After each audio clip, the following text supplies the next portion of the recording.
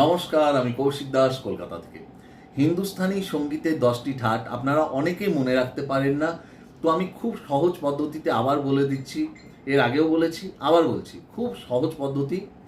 হিন্দুস্তানি সঙ্গীতের 10টি ঠাট হলো বিলাবল, সব শুদ্ধ স্বর। প্রথমে বিলাবলটা নেবেন, মাথায় রাখবেন, ঠিক আছে?